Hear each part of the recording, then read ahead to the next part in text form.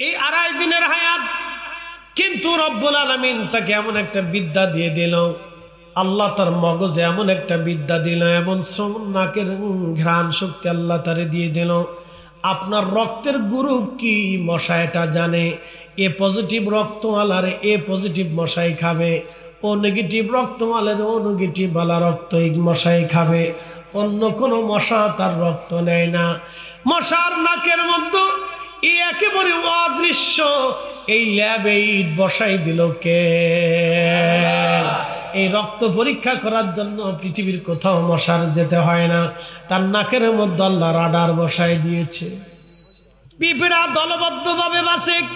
পিঁপড়ার যে রানী আছে, পিঁপড়ার পুরুষরা ঘরের মধ্যে থাকে, আর পিঁপড়া মহিলা পিঁপড়ারা সারা দেশ ভরে খাবার জোগাড় করে, বাইদে গোষ্ঠীর মতো। মারহাবা বলবেন না? বাইদে চিনছেন না আপনারা? আপনাদের সিলেটে কি বলে? ইতা হয় বাসনা বাইদ্যে নানি। আচ্ছা ঠিক আছে, তো বাইদ্যে আমাদের ফরিদপুরেও কে বাইদ্যে। তো এই বাদিয়ারা দেখবেন পুরুষটা অনেক সময় ঘরের মধ্যে থেকে বেটিরা কাজ করে বেড়ায়। তো পিঁপড়ার মহিলারা সারা দেশ ভরে খাবার জোগাড় করে, আর পুরুষটা ঘরের ভিতরে থাকে। কি আল্লাহর কৌশল! মহিলারা রাজা, বেটারা প্রজা। এই জন্য আমাদের দেশে মুসলমান জাতির ভিতরে আল্লাহ পুরুষদেরকে রাজা বানাইছে, নারীদেরকে রানী বানাইছে। রানী যদি রাজা হইতে চায় আর রাজা যদি রানী হয়ে যায়, তাহলে বুঝবেন যে এই দেশে আর শান্তি নেই। রাজা যদি রানী হয় আর রানী যদি রাজা হয়, তাহলে বুঝবেন দেশ শেষ, সমাজ শেষ, রাষ্ট্র শেষ, সংসারও শেষ। আল্লাহর নবী বলেন, উম্মত তোমরা শুনে নাও কিয়ামত কবে হবে। বলে যখন দেখবা পুরুষরা নারীর আনুগত্য করে, স্বামীরা স্ত্রীর আনুগত্য করে, স্ত্রীরা স্বামীরে ধমক দিয়ে বসাই রাখে, স্ত্রী যা বলবে স্বামী সেইভাবে ফিসে ফিসে ঘুরে, স্ত্রী মার্কেট করে আর স্বামী বেনিটি ব্যাগ নিয়ে ফিস ফিস ঘুরে। নারীরা মার্কেট করবে, পুরুষরা ফিস ফিস বেনিফিট ব্যাগ নিয়ে ম্যাডামের ফিসে থাকবে। হোম মিনিস্টার, মিনিস্টারের নাম কি? Home minister. বিরাট বড় পাওয়ার। বাংলাদেশের সবচেয়ে বেশি পাওয়ারফুল হলো হোম মিনিস্টার। প্রধানমন্ত্রীর ভ্যালু নেই, রাষ্ট্রপতির ভ্যালু নেই, প্রধান সেনাপতির এখানে কোনো ভ্যালু টেলু নেই। হোম মিনিস্টারের যে পাওয়ার, প্রধান বিচারপতির ভ্যালু নেই, হোম মিনিস্টারের বিরাট বড় পাওয়ার। বাংলাদেশের সবচেয়ে বেশি পাওয়ার হচ্ছে হোম মিনিস্টার। উনি যা বলবেন তাই, কথা শুনতেই হবে আপনাকে। নাম হচ্ছে হোম মিনিস্টার। আল্লাহ নবী বলেন, উম্মত হোম মিনিস্টার যদি পাওয়ারফুল হয়ে যায় আর সাধারণ মিনিস্টার যখন একবারে নিম্ন পর্যায়ে চলে যায়, তখন বুঝবা কিয়ামত চলে আসতেছে। অপেক্ষা করো কিয়ামতের। এর পুষ্পুরবাসী মনোযোগ দিয়ে শুনে যাবেন। পিঁপড়ার নারী সমাত্র কর্তৃত্ব করে, আর পুরুষরা ঘরের মধ্যে থাকে, তারা বাচ্চা কাচ্চা ফুটায়। খুব মনোযোগ দিবেন। কিন্তু পিঁপড়াদের একটা দল আছে, তারা রাজার কথা অনুযায়ী চলে, রাজার কথার বাহিরে তারা যায় না, দলবদ্ধভাবে তারা থাকে, দল ছাড়া হয় না। বন্যার সময় সিলেটে দেখবেন সারা বন্যাতে কোটি কোটি মন পানি দিয়ে সারা এলাকায় পানির নিচে ডুবে যায়। কিন্তু আবার পরবর্তী 3 মাস পরে পিঁপড়া, সারা অঞ্চলে পিঁপড়া দেখবেন। এত পিঁপড়া কোথার থেকে আসলো? এত বন্যার মধ্যে পিঁপড়া কোন জায়গা ছিল? আচ্ছা বলেন, বন্যার ভিতরে পিঁপড়াদেরকে বাঁচাই কে? বলে ওরা কেমনে বাঁচে? প্রচন্ড বন্যা যখন হয় তখন ওরা পানির মধ্যে ভাসতে থাকে, পাতার উপরে ভাসে। যদি পাতা না পায় তাহলে গাছে ওঠে, গাছ যদি না পায় কোনো রকম যদি একবার ছুটিয়ে যায়, তাহলে ওরা 8-10টা পিঁপড়া না যত পিঁপড়া থাকে একসাথে একটা পিঁপড়া আর একটা পিঁপড়ারে জড়াই ধরে রাখে। কোনো পিঁপড়ারে ছাড়ে না। সবাই সবাইকে জড়াই ধরে রেখে পানির উপরে তারা ভাসতে থাকে। আর মানব জাতিরে যদি বলেন তোর ভাই বন্যার মধ্যে পড়ে গেছে, বাঁচাইতে যাইয়া একসাথে জড়াইয়া থাকবে না, দেখবেন আস্তে করে হাত ছেড়ে দিবে, তুই আমার ঘুষি মারছিলি একদিন। এটা মানব জাতি। পিঁপড়া সে তো নিকৃষ্ট, বুঝে যাবেন ওয়াজ। আল্লাহু আকবার। অথচ আল্লাহ আমাদেরকে শ্রেষ্ঠত্ব দিয়েছে, আল্লাহ আমাদেরকে সম্মানিত করেছে, মর্যাদাওয়ালা বানিয়েছে। অথচ একটা পিঁপড়া বেঈমানি করে না। এক পিঁপড়া আর এক পিঁপড়া জড়িয়ে ধরে রাখে, কামড় দিয়ে চেপে ধরে রাখে, বন্যার ভিতরে তারা ভাসতে থাকে পানির উপরে। অথচ এই মানুষ নিজের আপন ভাই ছোট ভাই বড় ভাইকে দেখতে পারে না, বড় ভাই ছোট ভাইকে দেখতে পারে না। কি কথা কর না, জোরে বলে। এই অবস্থা আমাদের মানব জাতির ভিতরে, অথচ পিঁপড়া দলবদ্ধভাবে বসে থাকে।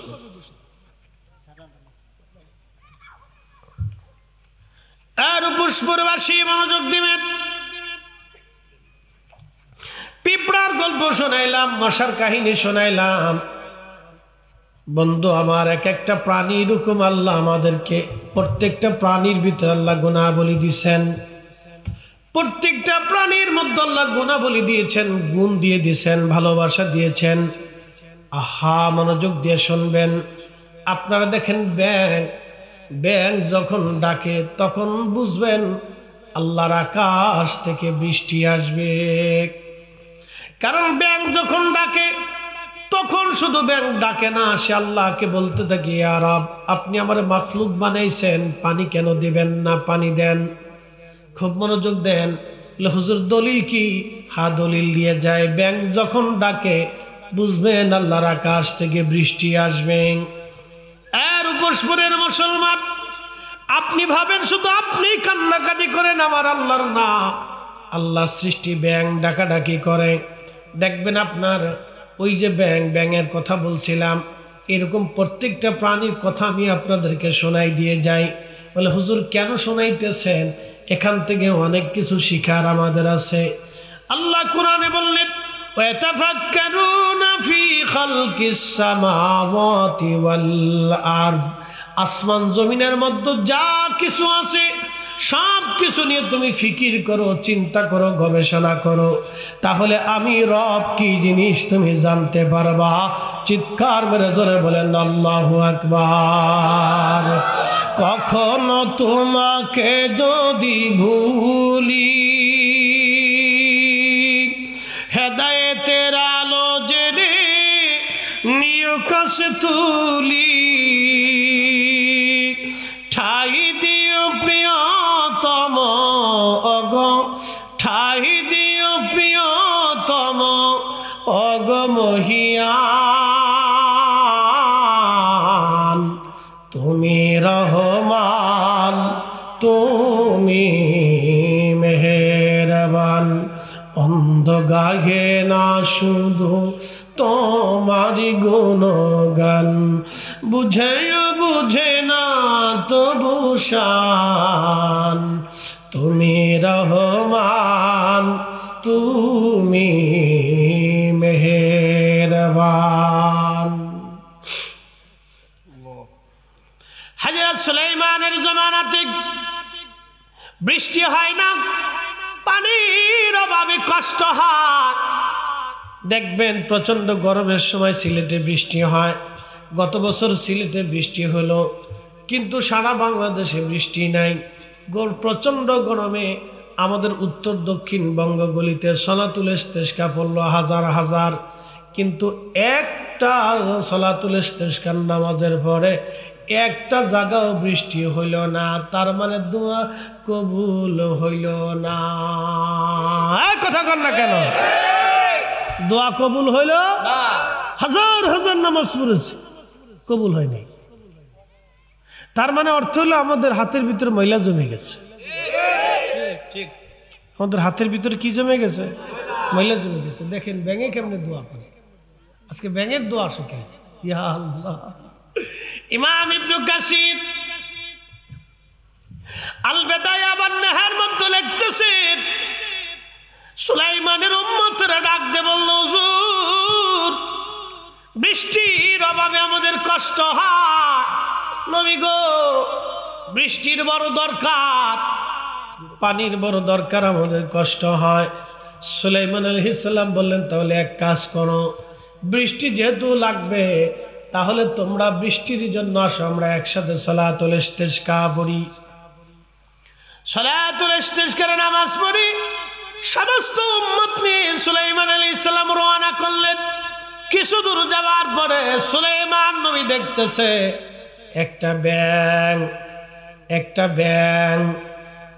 ব্যাঙ তার নিচের দুই পায়ের উপরে ভর দিয়ে সামনের দুইটা পা বলেন আর হাত বলেন, এই ব্যাঙ ওই হাত দুইটা আসমানে বাড়াই দিয়ে আল্লাহর দরবারে কাঁদে, আর বলে আল্লাহ আল্লাহ মাখলুক বানাইছো, ব্যাং বানাইছো, পানি ছাড়া তো বাঁচতে পারি না। আল্লাহ আল্লাহ মাখলুক বানাইছো, পানি ছাড়া আমাদের কষ্ট হয়। আল্লাহ বৃষ্টির অভাবে পানি না থাকায় কষ্ট হইতেছে। আল্লাহ আমি ব্যাং দোয়া করি তুমি বৃষ্টি দিয়ে দাও। আল্লাহ পানি দাও, আল্লাহ পানি দাও, আল্লাহ পানি দাও। সুবহানাল্লাহ, একসাথে বলে আরো জোরে দোয়া করে কে? এই বলা পান তোরা ব্যাং মারিস না কিন্তু, ঠিক আছে? গিরগিটি ফিটাইতা, গিরগিটি মারবা, কিন্তু ব্যাং ফিটাইতা না। ব্যাং আল্লাহর বাধ্য প্রাণী। একসাথে বল মারহাবা। ব্যাং আল্লাহর কি বাধ্য প্রাণী, ব্যাং মারবেন না কিন্তু কখনো।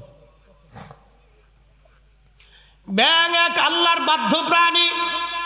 বলে ব্যাং আল্লাহর বাধ্য প্রাণী কেমন? হযরতে ইব্রাহিম খলিলুল্লাহকে আগুনের মধ্যে ফালানোর পরে ব্যাং আস্তে করে পিছুটা ঘুরাইয়া ছোট ছোট করে পেশাব সারে। আল্লাহ ডাক দিলেন ব্যাং পেশাব করো কেন? ব্যাং বলে ইয়া রাব্বি ইব্রাহিমের আগুন নিবাই। আল্লাহ ডাক দিল রে ব্যাং তোর পেশাবে কি আগুন আর নিবে নি? ব্যাং বলে হা রাব্বি আমিও জানি আমার এই সামান্য পেশাবে এত বড় আগুন নিবে না। 2 মাইল দূর থেকে যে আগুনের কাছে যাওয়া যায় না, আমার এই ছোট্ট সামান্য পেশাবে কি করে সে আগুন নিবে? তবে রব্বুল আলামিন কিয়ামতের কঠিন ময়দানে কোটি কোটি মাখলুকের ভিড়ে তুমি যেই দিন আমাকে ডাক দিয়ে বলবা ব্যাং আমার খলিলকে যখন আগুনের মধ্যে ফালাইছিল তখন তোমার করণীয় কি, কি ভূমিকা ছিল তোমার? তখন আমি বলবো ইয়া রাব আমি আমার সামান্য পেশাব ছেড়ে দিয়ে আল্লাহ আমি ইব্রাহিমের আগুন নিবানোর চেষ্টা করেছিলাম। আমার আল্লাহ খুশি হয়ে ডাক দিয়ে বলল ব্যাং যা তোর পেশাব আমি পাক বানাই দিলাম। আমার উম্মতের শরীরে পেশাব যদি তুই কখনো ছেড়ে দিস আমার উম্মতের শরীর অপবিত্র, আমার বান্দার শরীর অপবিত্র হবে না, নাপাক হবে না। একবার জোরে বলা যাবে কি মারহাবা? ব্যাং জোরে বলেন খিতা তো বাসা না শুনছনি তোমরা? ব্যাং ফিটাইতা না মারহাবা কোকা। ব্যাং মারা যাবে মারতেন না, ব্যাং মেরেন না, এটা আল্লাহর বাধ্য প্রাণী। তার 2টা ঘটনা আমি নবী আলাইহিস সালামের জীবনী থেকে শুনাইলাম। ব্যাং আল্লাহর বাধ্য প্রাণী, সাবধান ওরে মারবেন না। এই ব্যাং হাত তুলে বলে রাব্বি বৃষ্টি দাও। সুলাইমান আলাইহিস সালাতু ওয়াস সালাম মুস্কি হাসে। মারহাবা কোন কি হাসে? কেন উনি তো দেখতেছে হট কানেকশন ব্যাঙের সাথে আল্লাহ। মারহাবা কোন কার কানেকশন চলে? ব্যাঙের সাথে আল্লাহ। ব্যাঙ আল্লাহর সাথে কথা বলতেছে আল্লাহ তুমি আমরা বানাইছো, পানি ছাড়া চলতে পারি না, তো পানি দেও। কষ্ট হচ্ছে আল্লাহ, আল্লাহ পানি দেও, আল্লাহ বৃষ্টি দেও, আল্লাহ বৃষ্টি দেও। আপনি শুনেন ব্যাঙ ভরাত ভরাত ভরাত করে ডাকে, আসলে সে ডাকে না, সে বলে আল্লাহ পানি দেও, আল্লাহ পানি দেও, আল্লাহ পানি দেও, আল্লাহ পানি দেও। কখনো তোমাকে যদি ভুলি হেদায়েতের আলো জেলে নিয় কাছে তুলি, ঠাই দিও প্রিয়তম অগমহিয়ান।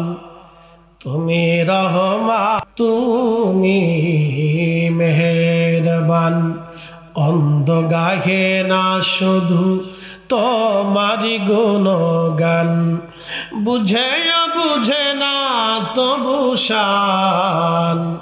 তুমি রহমান তুমি মেহেরবান। আলম তারা আন্নাল্লাহা ইয়াসজুদু লাহু মান ফিস সামাওয়াতি ওয়া মান ফিল আরদ। আল্লাহু আকবার। আলম তারা নবী আপনি কি দেখেন নাই? আমার এই শাটা চিনি শাটা দিলে ভালো হইতো, আমি চিনির সাথে খেপছি না, এমনিতে সমস্যা নেই, এমনি ডায়াবেটিস না, কিন্তু চিনি দিয়ে খাইলে কণ্ঠ বসে আসে, ক্লিয়ার থাকে। একসাথে বলি না আল্লাহু আকবার। তো খুব মনোযোগ দিবেন। যে কথা বলছিলাম, আল্লাহ কোরআনে বলে আলাম তারা, নবী গো আপনি কি দেখেন না, আন্নাল্লাহ ইয়াসজুদু লাহু মান ফিস সামাওয়াতি ওয়া মান ফিল আরদ, আসমান ও জমিনের ভিতরে যাহা কিছু আছে সব আমি আল্লাহকে সিজদা দেই। সুবহানাল্লাহ, মারহাবা। সিজদা কাকে দেয়? আল্লাহকে দেয়। আল্লাহ ডাক দিছে, হাবিব আপনি দেখেন নাকি, আপনি কি লক্ষ্য করেন না গো নবীজি, আসমান ও জমিনের ভিতরে ভূমণ্ডল নবমণ্ডলে যা কিছু আছে সব আমি আল্লাহকে সিজদা দেই।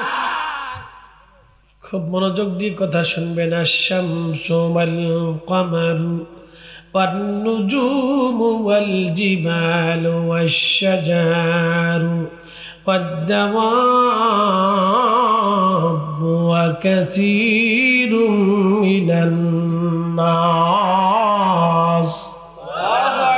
সূর্য আমি আল্লাহকে সিজদা দেয়, নক্ষত্র আমি আল্লাহকে সিজদা দেয়, চাঁদ আমি আল্লাহকে সিজদা দেয়, পাহাড় আমি আল্লাহকে সিজদা দেয়, গাছ আমি আল্লাহকে সিজদা দেয়, ওয়াদ-দাওয়াবু যত প্রাণী আছে সব আমি আল্লাহকে সিজদা দেয়, যত প্রাণী সব আমি আল্লাহকে সিজদা দেয়, গরু ছাগল হাঁস মুরগি ভেড়া বকরি, বন্য প্রাণী গৃহপালিত প্রাণী, জঙ্গলে অধিবাসী বাহিরের অধিবাসী, সব প্রাণীগুলি আল্লাহকে সিজদা দেয়, সব প্রাণী আমি আল্লাহকে সিজদা দেয়। নবী ওয়া কাসীরুম মিনান নাস, কিছু সংখ্যক মানুষ আমাকে সিজদা দেয়, সব মানুষ আমি আল্লাহকে সিজদা দেয় না। কিছু মানুষ পাথরের সামনে সিজদা দেয়, প্রতিমার সামনে সিজদা দেয়, সূর্যের সামনে সিজদা দেয়, সমুদ্রের সামনে সিজদা দেয়, গাছের সামনে সিজদা দেয়, পাহাড়ের সামনে সিজদা দেয়। সে যে পাথরের সামনে সিজদা দিল ওই পাথর আল্লাহকে সিজদা দেয়, সে আগুনের সামনে সিজদা দিল ওই আগুনও আল্লাহকে সিজদা দেয়, সে যে সূর্যের সামনে সিজদা দিল এই সূর্য সেই রবকে সিজদা দেয়, সেই যে পাহাড়ের সামনে সিজদা দিল এই পাহাড় আল্লাহকে সিজদা দেয়, সে যে গরুর সামনে সিজদা দিল সে গরু আল্লাহকে সিজদা দেয়। একসাথে বলবেন আল্লাহু আকবার। এই সব মাখলুক সিজদা দেয় কাকে? আমরা সিজদা দিব কাকে?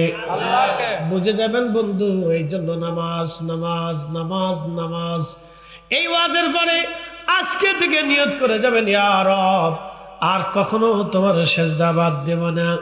আহা, একটা ব্যাঙ আল্লাহরে ডাকে, আল্লাহ পানি দাও পানি দাও পানি দাও। সুলাইমান নবী মুস্কি হাসি দিয়ে বললেন, এ উম্মতরা ফিরে চলো, আমাদের সালাতুল ইস্তিসকার নামাজ পড়া লাগবে না। বলে কেন হুজুর? বলে যেই জন্য নামাজ পড়তে যাব তো বৃষ্টির জন্য। বলে আহা, তো বৃষ্টি আসলেই তো সারে। বলে হুজুর নামাজ পড়লাম না, দোয়া করলাম না, কেমনে বৃষ্টি হবে? বলে ও আমার উম্মতেরা, তোমাদের দোয়া করার আগে আমি দেখতেছি একটা ব্যাঙ দুই হাত বাড়াইয়া আল্লাহর দরবারে হাত তুলে কাঁদতেছে বৃষ্টির জন্যে। আজকে আল্লাহ ব্যাঙের দোয়া কবুল করে নিয়েছে, ব্যাঙের কারণে আজ বৃষ্টি হবে। অতএব তোমরা চলো, দোয়া করা লাগবে না আর নামাজও পড়া লাগবে না, আমরা সালাতুল ইস্তিসকার আর প্রয়োজন হবে না। আমরা যেই জন্য নামাজ পড়বো সে কাজ ব্যাঙে সেরে দিয়েছে। তোমরা চলো। একবার জোরে বলা যাবে কি মারহাবা? আল্লাহু আকবার। ব্যাঙ দোয়া করে কার কাছে? আল্লাহর কাছে। আমরা করব কার কাছে? আমরা করি কার কাছে? তো ওরা কারা যারা দোয়া বন্ধ করার জন্য উঠে পড়ে লাগলো? ওরা কারা? কি কথা বল না, জোরে বলেন। ওরা কারা যারা আজকে দোয়ার উপরে বেদাতের তবকা দিয়ে সিলমোহর মারিয়া সমাজ থেকে মুসলমানদের দোয়া কেড়ে নিতে চাচ্ছে? ওরা কারা যারা মুসলমানের এই বড় ইবাদত আল্লাহর সাথে কথা বলা, দোয়া মানে আল্লাহর সাথে কথা বলা। বান্দা যখন হাজত কার কাছে কয়? আল্লাহর কাছে। আল্লাহ আপনি দেন, আল্লাহ আপনি আমাকে দেন, আমি তো ভিখারি। কথা ঠিক আছে না? আমরা কি ভিখারি না? আমরা সবাই আল্লাহর দরবারে ভিখারি। তা আমরা চাবো তো আল্লাহর কাছে। তো বান্দা তো বিনয় বিনয় বিনয় বিনয় আল্লাহর কাছে চায়, আর আল্লাহ খুশি হয় বান্দা চা। যত চাবি তত দিব, যত চাবি তত পাবি, যত চাবি তত পাবি, যত চাবি তত পাবি। ব্যাঙে চাইয়া বৃষ্টি নামাইলো, আর আমরা চাইলেই বেদাত হয়, আমরা হাত বাড়াইলেই বেদাত হয়। একা করলেও একা করাই ভালো, জমাতে করলে বেদাত হয়। আরে আল্লাহর দরবারে হাত বাড়ে একা দোয়া করলে যদি দোয়া হয়, তাহলে জমাতে করলেও দোয়া হয়। দেশে শয়তান বিরাট উপরে ভর করছে। এই যে কয়েকদিন পরে আগামীকালকে বরাতের রাত আসতেছে, আসতেছে না? কিসের রাত আসে? বারাতের রাত। দেখবেন এই বহু শয়তান বাপরে বাপ উঁচু করে লাগছে, মসজিদ ঠেলা মেরে দাও, বন্ধ করে দাও, এ রাত্রে কিচ্ছু নাই, সব বেদাত। শয়তানের চিন্তা করে 1450 বছর আমি যা পারি নেই, ওরা টুপি মাথায় দিয়ে কাজ সেরে ফেলছে।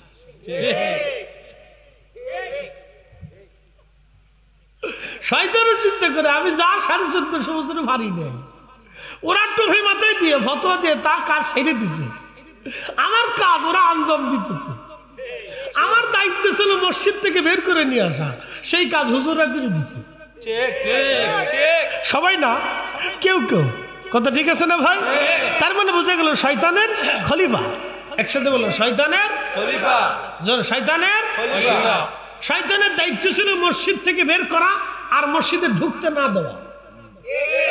শয়তানের দায়িত্ব ছিল নামাজ থেকে সরাই আনা আর নামাজের মুসল্লায় দাঁড়া না করানো। কথা ঠিক আছে না? শয়তানের দায়িত্ব ছিল আল্লাহর দরবারে হাত না তুলাইতে বান্দাকে সরাই আনা, বন্ধ করে দেওয়া। শয়তান এই কাজটা আমি যা 1400 বছরে পারিনি, তোরা তা করে দিছিস। আপনাকে সূক্ষ্মভাবে বুঝতে হবে, আপনি বারাতের রাত্রে কার সামনে দাঁড়াবেন?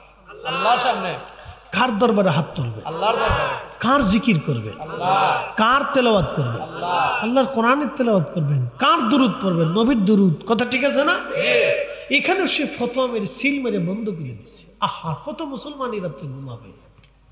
শয়তান হাসবে আর করবে, আহা কার ছেড়ে দিচ্ছে, কার ছেড়ে দিচ্ছে।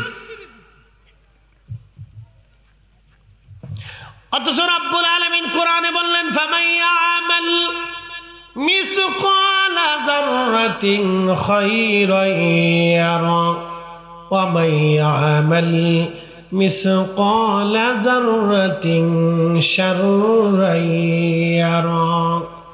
অনুপরিমাণ খালি চোখে যেটা দেখা যায় না, অনুপরিমাণ খালি চোখে যেটা দেখা যায় না, সেই সামান্য পরিমাণ ইবাদত তুমি যদি করো, আমি আল্লাহ তারও বেনিফিট তোমাকে দিয়ে দেব।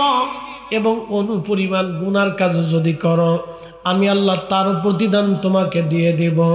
এই জন্য আমাদের বক্তব্য হলো, নেকের কাজ যত ছোট হোক ছাড়ব না, গুনার কাজ যত ছোট হোক করব না।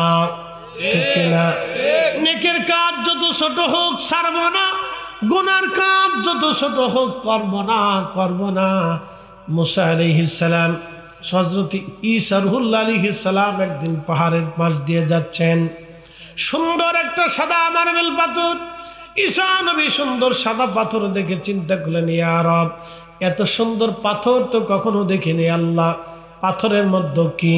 হযরত ঈসা আলাইহিস সালাম পাথরের বললেন, ইয়া রব, এত সুন্দর পাথর বানাইলা, পাথরের মধ্যে আছে কি? আল্লাহ বলেন, ঈসা তুমি কি দেখতে চাও? বলে হ্যাঁ দেখবো। তাহলে হাতের লাঠি দিয়ে আঘাত করো। ঈসা রূহুল্লাহ হাতের লাঠি দিয়ে আঘাত করলেন। আঘাত করার সাথে সাথে পাথরের মাঝখান থেকে ভেঙে দুইটা টুকরা হয়ে গেল। ঈসা নবী লক্ষ্য করলেন একজন আল্লাহর বান্দা সবুজ একটা লাঠির উপরে ভর দিয়ে দাঁড়ায় দাঁড়ায় আল্লাহ আল্লাহ আল্লাহ আল্লাহ জিকির করে। আল্লাহ নবী ঈসা বললেন, ওহে আল্লাহর বান্দা, পাথরের মধ্যে তুমি করো কি? বলে আমি পাথরের মধ্যে আল্লাহর ইবাদত করি। বলে কত বছর? বলে 400 বছর ধরে আমি পাথরের মধ্যে আল্লাহর ইবাদত করি।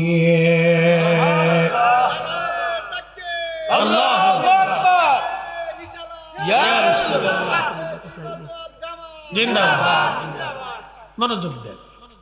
কত বছর? 400 বছর। কিসের ভিতরে? আল্লামা ইমাম সাবরি নুজহাতুল মাজালিসের মধ্যে তিনি লেখেন 700 বছর পাথরের ভিতরে। এখন প্রশ্ন করতে পারেন ফরিদে হুজুর, পাথরের ভিতরে মানুষ কি করে বাঁচে? অক্সিজেন নাই, হাইড্রোজেন নাইট্রোজেন কিচ্ছু নাই, সব মুক্ত, বাতাস নাই, কি করে সম্ভব? এখন আপনাকে প্রশ্ন করি, জবাব দিবেন। মুরগার ডিমের মধ্যে মুরগি বাঁচায় কে? আল্লাহ।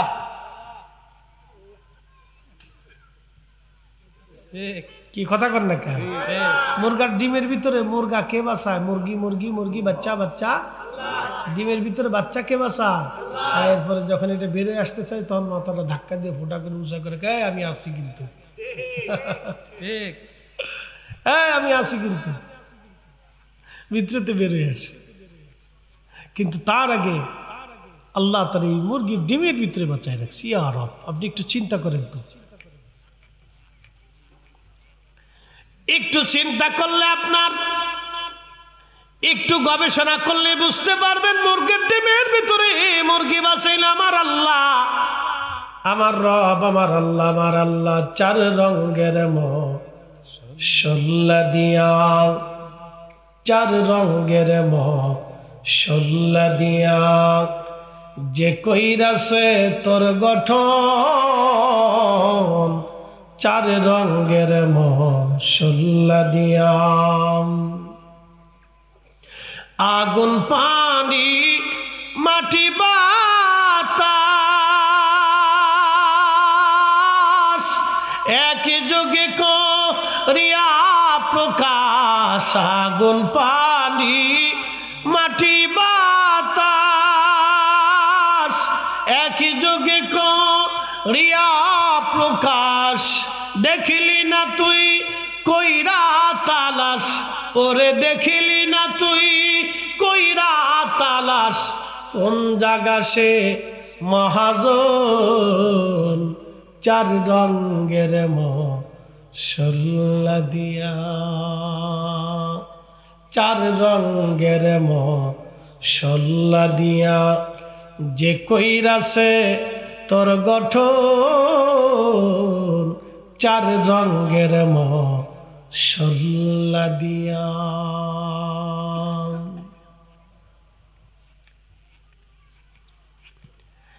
এর পুষ্পরবাসী হযরত ঈসা রুহুল্লাহ ডাক দিলেন, আল্লাহর বান্দা 400 বছর ধরে তুমি পাথরের মধ্যে তুমি খাও কি? আল্লাহ তোমাকে খাওয়ায় কি?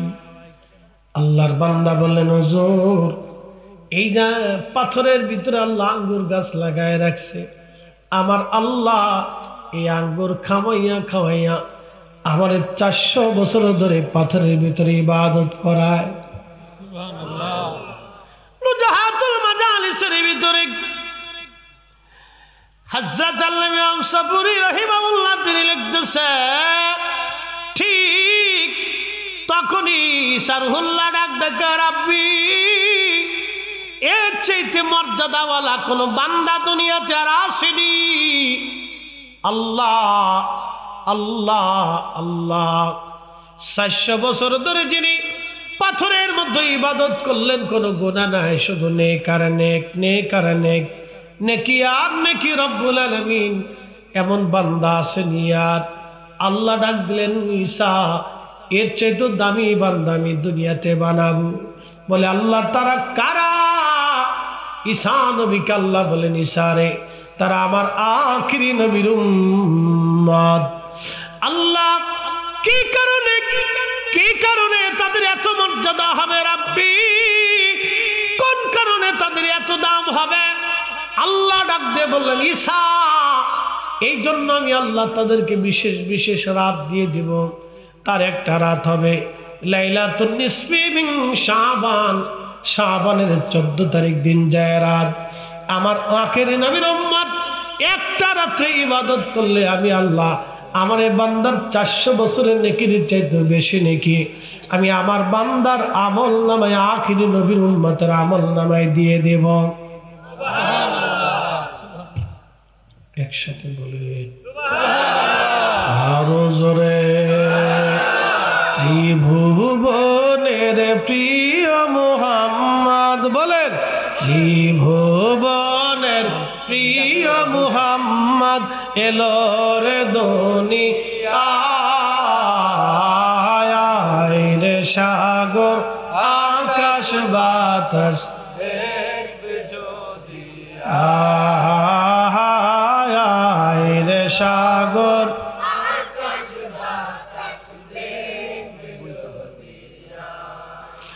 ধুলির ধরা বেহেশত আজ ঠিক কি না ধুলির ধরা বেহেশত আজ জয় করিল দিল রে লাজ আজকে খুশির ঢল নেমেছে ধূসর সাহারা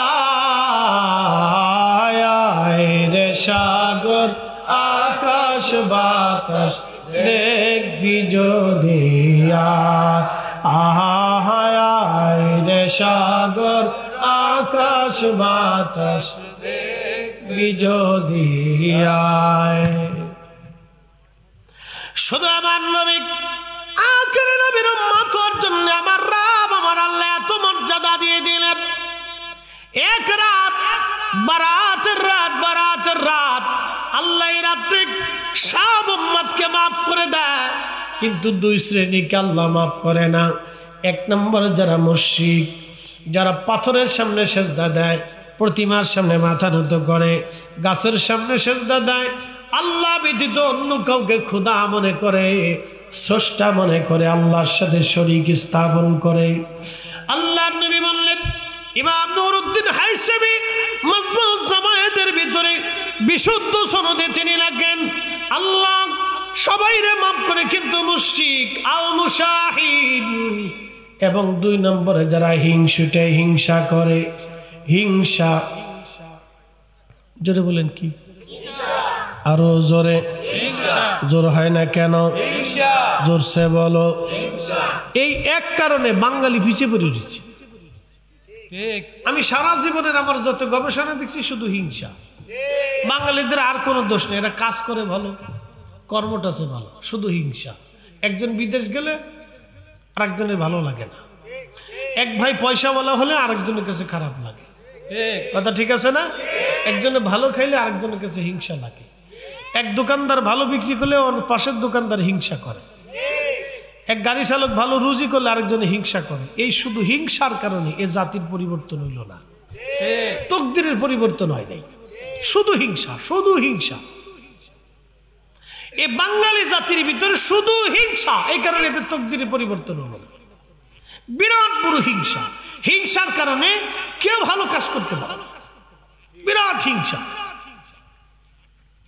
অনেক বড় হিংসা আপনি চলে যান ইউরোপে পাবেন না হিংসা তারা কাজ করে সময় পায় না একজন আরেকজনের পিছনে লাগে না চার দোকানে বসলে এ জাতি শুধু সমালোচনা করতে থাকে আলোচনা সমালোচনা বাপ রে বাপ মনে হয় যে বিশিষ্ট রাজনীতিবিদ ইসলামিক চিন্তাবিদ এরপরে মুফতি আজম সাইকুল হাদিস সব চার দোকানে বসে থাকে অর্থনীতিবিদ একবারে বুজুর্গ সুফি সাধক সাহসুফি কি কথা নাম দিছি সাহসুফি তার জীবনে কোনো গুণা নাই খালি সবার সমালোচনা করতে থাকে একমাত্র সে বুঝে আমি ছাড়া সব বেঠিক আমি একা ঠিক আছি এ জাতির ভাগ্যের পরিবর্তন হলো শুধু হিংসার কারণে আল্লাহর নবী বলেন উম্মত সবার ক্ষমা হয় কিন্তু মুশাহিদ হিংসুটের বরাতের রাত্রে কোনো মুক্তি নাই ক্ষমা নাই আল্লাহ তারে মাফ করে না হিংসা এই জন্য হিংসা থেকে আমাদেরকে বের হয়ে আসতে হবে কেউ যদি ভালো খায় তাহলে আপনি দোয়া করেন যে আল্লাহ তুমি তারে ভালো রিজিক দিছো আমারও রিজিক দাও কারো জমিনে যদি ভালো ধান হয় তাহলে আপনি তার জন্য দোয়া করেন আল্লাহ তুমি তারে ভালো ধান দিছো তুমি আমারও ভালো ধান দাও কি কথা ঠিক আছে না ভাই দোয়া করেন হিংসা করেন হিংসা থেকে বের হয়ে আসতে হবে সবাইকে হিংসা থেকে বের হয়ে আসতে হবে এই যে হিংসার রাজনীতি শুরু হয়েছে আজও পর্যন্ত যায় নাই রাজনীতির ভিতরে হিংসা ধর্মীয়গতভাবে হিংসা বিরাট বড় হিংসি চলতেছে ফিরালির ভিতরে হিংসা গাড়ি চালকদের হিংসা ব্যবসায়িকদের হিংসা শ্রমিকদের হিংসা কৃষকদের হিংসা গ্রামে গ্রামে হিংসা পাড়ায় পাড়ায় হিংসা, ভাই বোনে হিংসা, ভাইয়ে ভাইয়ে হিংসা, আত্মীয় স্বজনে হিংসা। কথা কর না কেন? তাহলে বোঝা গেল বরাতের রাত্রে ক্ষমা পাওয়ার লোক খুব কম আছে। কথা কর না কেন? বোঝা গেল বরাতের রাত্রে ক্ষমা পাওয়ার লোক খুব কম আছে হিংসাটার কারণে। হিংসা, জোরে বলেন কি? হিংসা। আরো জোরে বলেন কি? হিংসা, হিংসা, হিংসা। এই কারণে কত উম্মতের ক্ষমা হবে না। আর মহিলাদের কথা কই তো লাভ নাই, এরা বিরাট বড় বুজুর্গ, একবারে সমাপর আবু আবু শ্রীর মতো। এর কোনো অপরাধ নাই, কোনো দোষ টোষ নাই। 3 ভাই একসাথে 25 বছর কাটালে ঝগড়া হলো না, বিয়ে করার পরে যুদ্ধ লেগে যায়, বিরাট যুদ্ধ। বাপরে বাপ, একজন আরেকজনের চেহারা দেখে না, জানাজাও যাবার চায় না, খবরের পাশেও যায় না। এই জন্য মহিলারা সব রাবিয়া বসছে, আমি তাকে দোষ টোষ দিব না। এই ভিডিও শুনবে তো, এখানে তাদের দোষ টোষ দেওয়ার দরকার নাই, তারা খুব নিষ্পাপ ভালো লোক, আল্লাহ তাদেরকে ভালো রাখুক, আমরা দোয়া করি। ঠিক আছে না? দোয়া করি আল্লাহ তাদেরকে ভালো রাখুক। সব রাবিয়া বসছেন মতো, কোনো অপরাধ নাই, কোনো অপরাধ নাই। শুধু অপরাধ হলে ফান খাওয়ার বেডি, যে ফান খায় আর খালি গ্রাম করে ঘুরে বেড়ায়, আর খালি এই বেডির সাথে এই বেডি, ওই বেডির সাথে ওই বেডি, ওই পাড়া ওই পাড়া, ওই পাড়া ওই পাড়া, দুনিয়ার কিসে গাইতে থাকে। হিংসা, খুব মারাত্মক হিংসা। মহিলাদের হিংসা এতই পরিমাণে যে একজন ভালো একটা শাড়ি পরলেও হিংসা করে। কি কথা ঠিক আছে না ভাই? খালি হিংসা। যদি আপনি আপনার বউয়ের সামনে অন্য বেডির প্রশংসা করেন তো আপনার জান শেষ।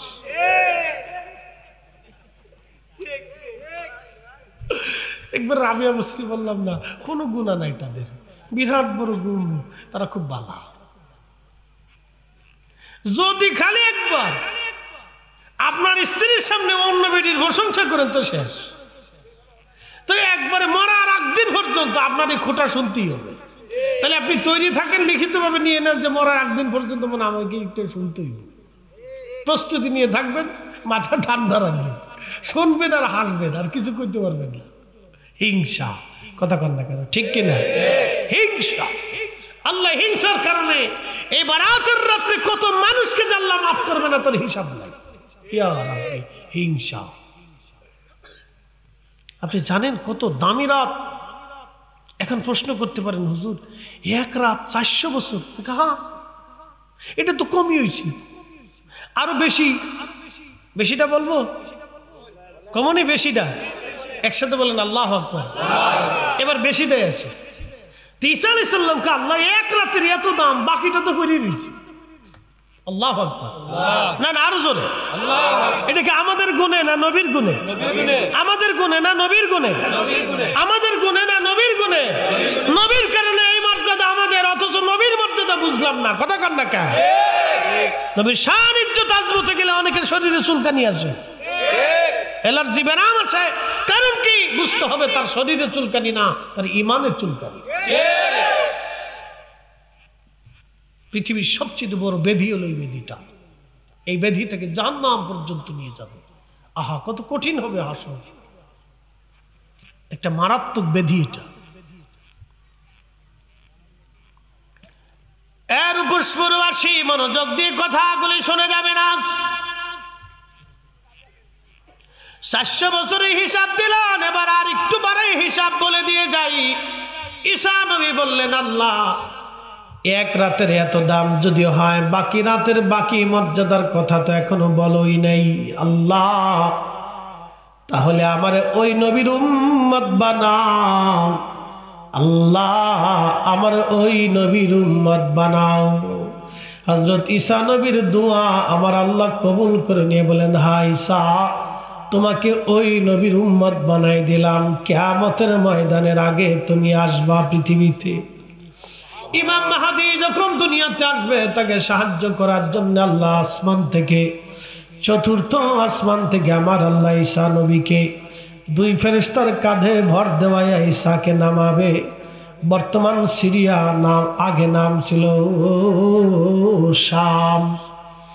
এই শামের কোন এক সাদা মসজিদে, বাইতুল আকসার আশেপাশে হতে পারে, সাদা একটা মসজিদের উপরে তাকে নামানো হবে।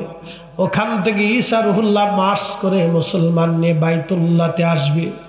ইমাম মাহদী আলাইহিস সালাতু ওয়াস সালাম বাইতুল্লাহে দাঁড়ানো থাকবে। নামাজের সময় ঘনিয়ে যাবে। ঈসা নবী বাইতুল্লাহতে হেরেমের মধ্যে তিনি ঢুকবেন। কাবা শরীফের সামনে হযরত ইমাম মাহদী দাঁড়ানো।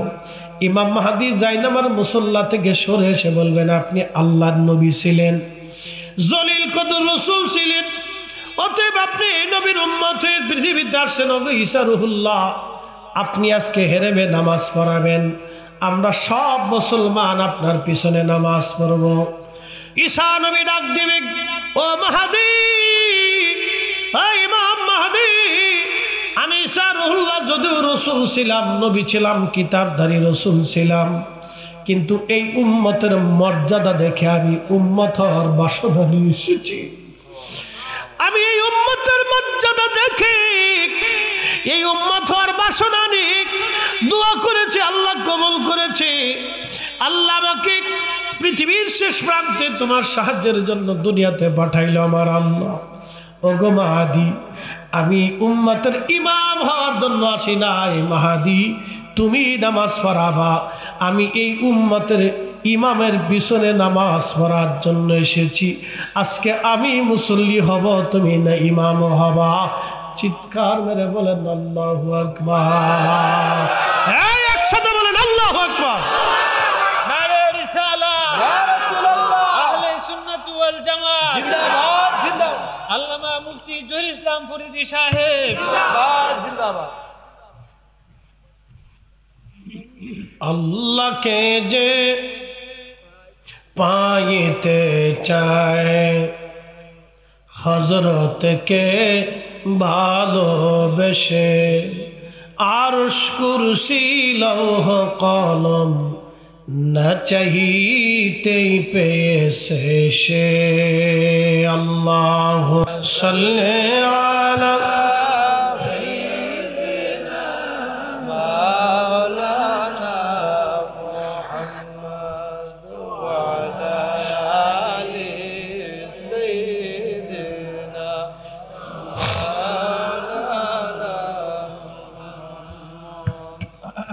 বুঝতে কি কোনো অসুবিধা? মাশাআল্লাহ। হযরত ঈসা নবী, আমি একটা ফজিলত আপনাদেরকে শুনালাম, এই বারাতের রাত্রের ফজিলত। এবার শুনে যান, আমি আপনাদেরকে আগামীকাল জুমা, এই জুমার একটা ফজিলত শোনাই।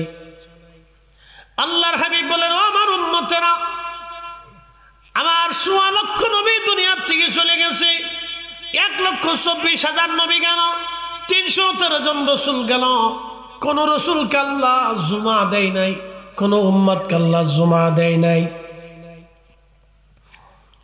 কোন উম্মত কাল্লা জুমা দেয় নাই, কোন নবীকে জুমা দেয় নাই।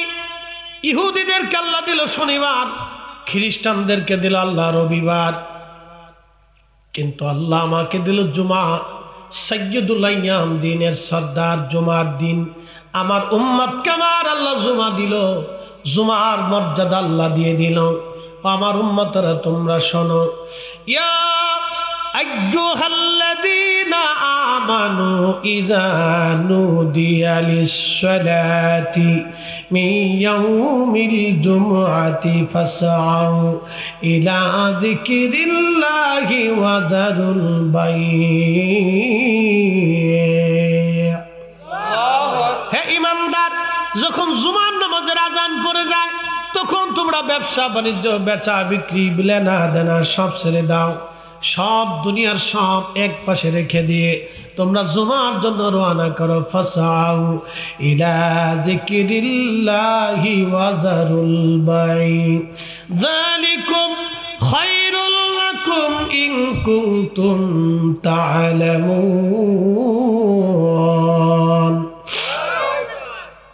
ঈমানদার, জুমার নামাজে চলে আসো, দেরি করবা না, বাড়িতে থাকবা না, ব্যবসা বাণিজ্য ছেড়ে দাও, লেনা দেনা ছেড়ে দাও, কাজকর্ম ছেড়ে দাও, আহা কেনা বেচা ছেড়ে দাও, সব ছেড়ে দি তুমি নামাজের জন্য রওনা করো। সহিহ সুনান তিরমিজিতে বিশুদ্ধ সনদে নবী বলতেছেন, আমার উম্মত যখন জুমার নামাজের জন্য রেডি হবা, গোসল করলা, পাক সাফ হয়ে উত্তম পোশাক পরে রওনা করবা। মনে রাখবেন, আমি জুমার দিনে যে পোশাক পরি, ওয়াজে সেই পোশাক পরি, ঈদের দিনে সেই পোশাক আমি পরি। আমি সবসময় উত্তম পোশাক পরার চেষ্টা করি, নর্মাল পোশাক আমি কখনো পরি না। জুমার দিনেও যেই পোশাক, মাহফিলেও সেই পোশাক, ঈদের দিনেও আমি সেই পোশাক পরি। উত্তম পোশাক পরি 3 অবস্থায়। মাহফিলে উত্তম পোশাক পরি, জুমার দিনেও উত্তম পোশাক পরি, এবং ঈদের দিনেও আমি উত্তম পোশাক পরি। আল্লাহর নবী বললেন, জুমার দিন দিনের সর্দার, মুসলমানদের ঈদের দিন, খুশির দিন। জুমার দিনে সুন্দর পোশাক পরবেন, পোশাক পরিয়া সুগন্ধি লাগাইয়া ওযু গোসল পাকসা বইয়া রওনা করবেন আদবের সাথে। আল্লাহর নবী বললেন, ও আমার উম্মত, আমার জুমার দিনের একটা ফজিলত তোমরা শুনে নাও। ফজিলতটা হলো, আমার উম্মত ওই আদবের সাথে মসজিদে আসবে। জুমার দিনে ইমামের পাশাপাশি এসে, মসজিদের কাছাকাছি ইমামের পাশাপাশি বসবে, অথবা মসজিদে আদবের সাথে বসবে, আদবের সাথে খুতবা শুনবে, ধীর স্থিরতার সাথে জুমার নামাজ আদায় করবে। নামাজ শেষ করে আমার উম্মত স্থিরতার সাথে ধীরে ধীরে ধীরে ধীরে পায়ে হেঁটে যাবে, পায়ে হেঁটে আবার আদবের সাথে বাড়ি চলে আসবে। আল্লাহর নবী বলেন, আমার উম্মত প্রত্যেক কদমে কদমে 1 বছর ইবাদত করলে যে নেকি হবে, 1 বছর রোজা রাখলে যে নেকি হবে, প্রত্যেক কদমে কদমে আমার রব, আমার আল্লাহ, জোরে জোরে জোরে জোরে জোরে, প্রত্যেক কদমে কদমে 1 বছরের নফল, 1 বছরের ইবাদত, 1 বছরের রোজা, 1 বছরের ইবাদত, 1 বছরের রোজা, প্রত্যেক কদমে কদমে কদমে কদমে আল্লাহ লিখে দেবেন। বাড়ি থেকে মসজিদে, মসজিদ থেকে বাড়ি আসা পর্যন্ত প্রত্যেক কদমে কদমে আমার রব, আমার আল্লাহ নেকি লিখে দেবে, নেকি নেকি নেকি নেকি। এখন আপনারে তো বরাতের হিসাব দিলাম 400 বছর, এবার জুমার দিনের হিসাব দিয়ে যায়। বাড়ি থেকে পায়ে হেঁটে যদি 1000 কদম লাগে আপনার, তাহলে 1000 বছর। আসতে যদি 1000 কদম হয়, তাহলে আরো 1000 বছর। যাইতে যদি 500 কদম হয়, 500 বছর। আসতে যদি আরো 500, 1000 বছর। যাইতে যদি 200 কদম হয়, আবার আসতে 200, 400 বছরের সওয়াব। শুধু জুমার মসজিদে যাবেন আর আসবেন, হাঁটার মধ্যে সওয়াব পাবেন। প্রত্যেক কদমে 1 বছরের নেকি হাঁটার মধ্যেই পেয়ে যাবেন। বাকি নেকি তো বললামই না। একসাথে বলেন না, হ্যাঁ জোরে জোরে আল্লাহু আকবার। আমাদের গুণে না নবীর গুণে? জোরে বলেন, আরো জোরে, জোরসে বলো। এই নবীর দুরূদ চলবে না বন্ধ হবে, এই নবীর শান চলবে না বন্ধ হবে, এই নবীর সালাম চলবে না বন্ধ হবে, এই নবীর ইজ্জত চলবে না বন্ধ হবে, এই নবীর গুণগান চলবে না বন্ধ হবে। যারা এই নবীর গুণগান বন্ধ করতে চায়, আমরা মিলাদুন নবীর মাহফিল দিয়া এই নবীর গুণগান শুনি, গুণগান কই, গুণগান বলি, গুণগান শুনি। যাদের শরীরে চুলকানি হয়, মিলাদের নাম দিয়া আমরা এই নবীর দুরূদ পড়ি, নবীর সালাম দেই, নবীর জন্য দোয়া করি, রসুলের উসিলা নিয়ে আমরা দোয়া করি, নবীর শান গাই, নবীর প্রশংসা গাই। যাদের শরীরে চুলকানি হয়, তোমরা চুলকাইতে থাকো, আর আমরা গাইতে থাকবো, বলতে থাকবো। তোমরা চুলকাইতে থাকবে, আমরা গাইতে থাকবো, বলতে থাকবো। কথা কন না কেন? হা হা হা, কেবল 2টা কইছি, এরকম হাজার হাজার এখনো পড়ে রয়েছে, শুধু নবীর কারণে। কথা ঠিক আছে না? যদি মুসা আলাইহিস সালামের উম্মত হইতাম, তাহলে এই জুমা পাইতাম, বরাত পাইতাম, কদর পাইতাম, কিচ্ছু পাইতাম না। 5 ওয়াক্ত নামাজে 50 ওয়াক্তের সওয়াব পাইতাম। যদি ঈসা নবীর উম্মত হইতাম, পাইতাম। এই জন্য ঈসা নবীকে আল্লাহ আমার ওই নবীর উম্মত বানাই। জোরে জোরে জোরে জোরে। তাহলে আমাদের দাম কত? কত দাম? কত দাম? সুদ খাওয়ার জন্য, ঘুষ খাওয়ার জন্য, বিড়ি খাওয়ার জন্য, অন্যের সম্পদ মারার জন্য, অন্যায় করার জন্য না, না না, আল্লাহ রসুলের আদর্শকে নিজের বুকে ধারণ করার জন্য। কথা বলে ঠিক কিনা? উপস্থিতি, অনেক কথা অল্পতে সারছি। ওয়াজ শুনলে কি লাভ, করলে কি লাভ? লাভ হবে তার আমলে, আমলেও লাভ হবে না নবী প্রেম না থাকলে দিলে। নবী প্রেম থাকলে দিলে লাভ হবে কম আমলে। সুপারিশ করবে নবী রোজ হাসরের ময়দানে। জ্ঞানী যারা বুঝে তারা শুধু ইশারা, নাদানের বুঝাইতে পারে আছে কে কোথায়। জ্ঞানীর মতো জ্ঞানী হলে অল্প কথায় বুঝে, কচুর মতো কচু হলে অল্প জালে সিজে।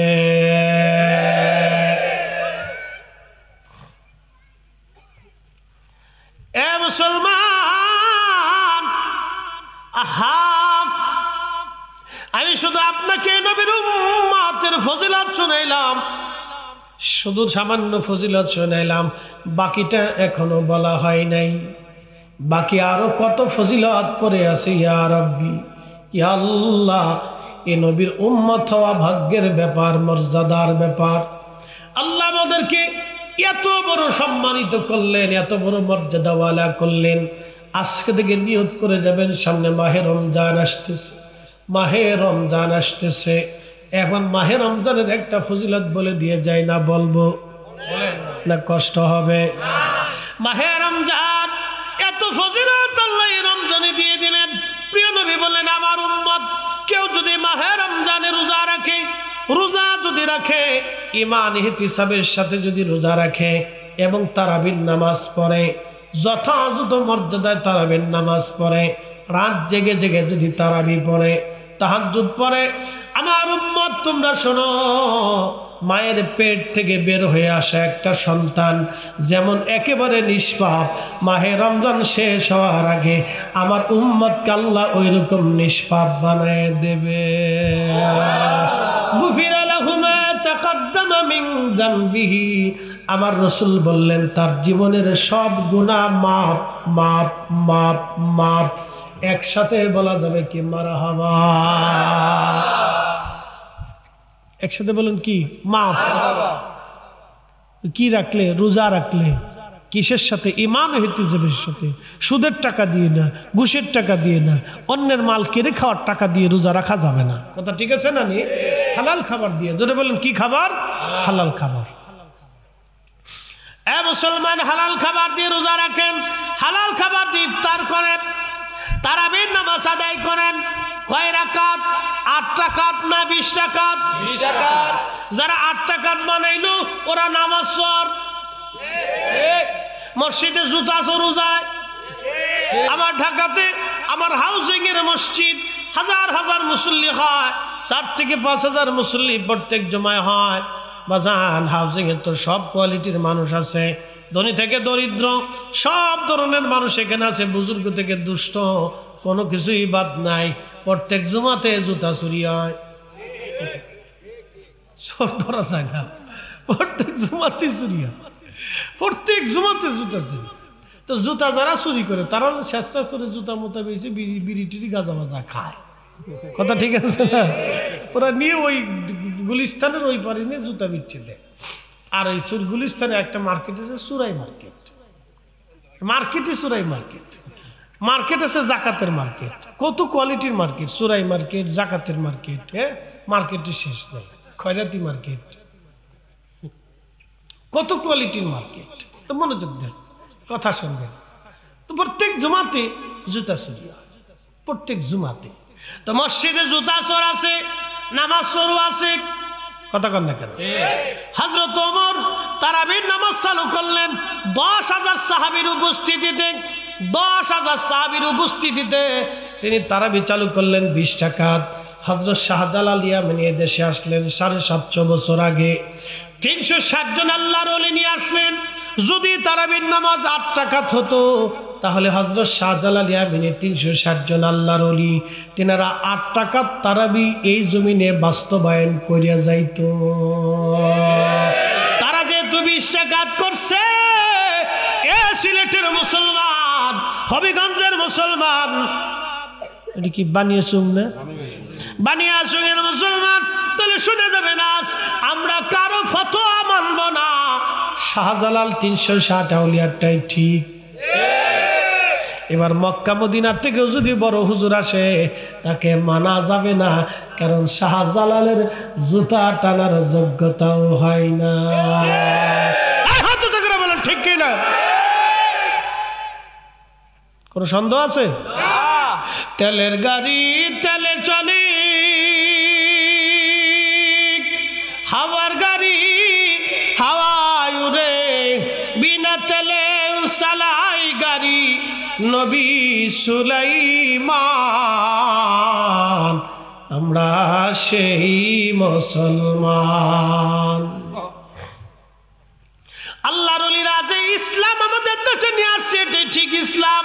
এই ইসলামে মারামারি নাই, কাটাকাটি নাই, রক্তপাত নাই, খুন খারাপি নাই, অন্যের মাল কেড়ে খাওয়া নাই, অন্যের সম্পদ মেরে খাওয়া নাই, অন্যের বাড়ি ভাঙা নাই, অন্যের বাড়িতে আগুন দেওয়া নাই, অন্যের সম্পদ চুরি করা নাই। কথা কন না কেন? এত সুন্দর ইসলাম আল্লাহর ওলিরা আমাদেরকে দিয়ে গেলেন। এটার নাম তাসাউফ, এটার নাম সুফিবাদ। তাসাউফের ইসলাম, তাসাউফের ইসলামের ভিতরে শুধু মহাব্বত আর ভালোবাসা, আদব লেহাজ, আদব মহাব্বত সাহস, এটা হচ্ছে তাসাউফের ইসলাম। রসুল প্রেম, নবী প্রেম, নবীর আদর্শ, আল্লাহর কোরআনের বিধান। খুব মনোযোগ দিয়ে শুনে যাবেন। মাহে রমজান আসলে তারাবি পড়বেন 20 রাকাত, কম কম পড়বেন না। আমার দেশে যারা তারাবির নামাজ 8 রাকাত বানাইতে চায় তাদের চিন্তা আমরা 8 রাকাত তারাবি বানাবো। আজ পর্যন্ত তারা একটা পতিতলায় বন্ধ করতে পারে নাই, কিন্তু নামাজ কমাইছে। আজ পর্যন্ত একটা পতিতলায় থেকে বের করে আইনে পতিতার সংখ্যা কমাইতে পারছে? তার এই সংখ্যা কমায় নাই, কিন্তু নামাজের সংখ্যা কমাই দিচ্ছে। কি কথা কন না কে? বুঝে যাবেন, বুঝে বুঝে তারপরে যাবেন। এগুলো হলো শয়তানি। একসাথে বলেন কি? শয়তানি, শতানি, শতানি। এগুলো মুসলমানদের ভিতরে ফাসাদ সৃষ্টিকারী। আল্লাহ ফাসাদ থেকে আমাদেরকে মুক্ত রাখুক, বলেন আমিন। অনেক বড় ফাসাদ, এটা অনেক বড় ফাসাদ। এদেশের কত যুবক তারাবির নামাজই পড়ে না। কি কথা আছে না ভাই? বহু মুসলমান নামাজই পড়ে না। এত চিন্তা হলো তোর 8 টাকা তার 20 টাকা, নামাজ না থাকলেই তো ভালো। এই চিন্তা করে যে নামাজ না থাকলেই তো ভালো। তোরা 8 টাকা তার 20 টাকা নিয়ে ঝগড়া করুস কে? না থাকলেই বলে এটা বাদ দিয়ে দিত, তাও বলা। ও নামাজই পড়ে না। মনোযোগ দেন। এই যে মাহে রমজান আসতেছে, একটা ফজিলত বর্ণনা করে দিয়েছে, খুব ইম্পর্টেন্ট। আল্লাহ রসুল বলেন, ও আমার উম্মত, তোমরা মাহে রমজানে যেটা আল্লাহর পথে ব্যয় করো, খরচা করো, আল্লাহ অন্য মাসে সেটারে 10 গুণ থেকে 70 গুণ, 70 থেকে 700 গুণ বাড়ায়। যেমন আপনি এখন দান করছেন, কি করছেন? দান করছেন 1 টাকা। তো আপনার আল্লাহ 1 থেকে 10, 10 থেকে 70, 70 থেকে 700 গুণ পর্যন্ত আল্লাহ বাড়াবে। কিন্তু মাহে রমজানে 1 টাকা দান করছে, যদি ইখলাসের সাথে দেন তাহলে কত গুণ যে বাড়াবে এটা আল্লাহ ছাড়া কেউ জানে না। না, আসতে হয়ে গেছে, জোরে বলেন। বিগয়রি হিসাব, হিসাব ছাড়া। এখন কত গুণ যে আল্লাহ দিবে আল্লাহ ছাড়া কেউ জানে না। আল্লাহর নবী বলেন, হে আমার উম্মত, ইয়া আল্লাহ, হে আমার উম্মত তোমরা শুনিয়া যাও, আমার উম্মত তোমরা শোনো, ও আমার উম্মত তোমরা শুনিয়া যাও।